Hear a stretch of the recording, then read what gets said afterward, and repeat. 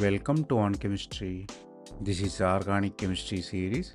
Daily one question for you. Here you have phenol, para position you have amine. You are using acidic anhydride 1 equivalent. You should find what will be the final product. Here you have two nucleophile, alcohol and amine, one reactant. Basically, nucleophilic addition happened. The question is really about chemoselectivity, whether amine or alcohol reacts.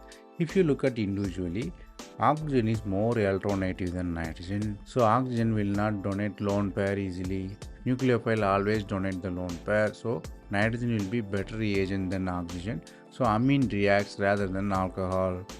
So the chemoselectivity here decided by the electron density and willingness to donate the electron. So amine can donate easily. Reaction happen in nitrogen, not in oxygen.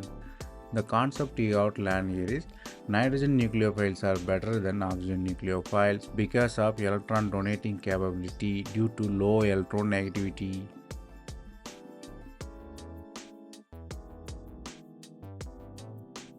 That's all from this video. Thanks for watching. If you have any suggestion or feedback, comment below.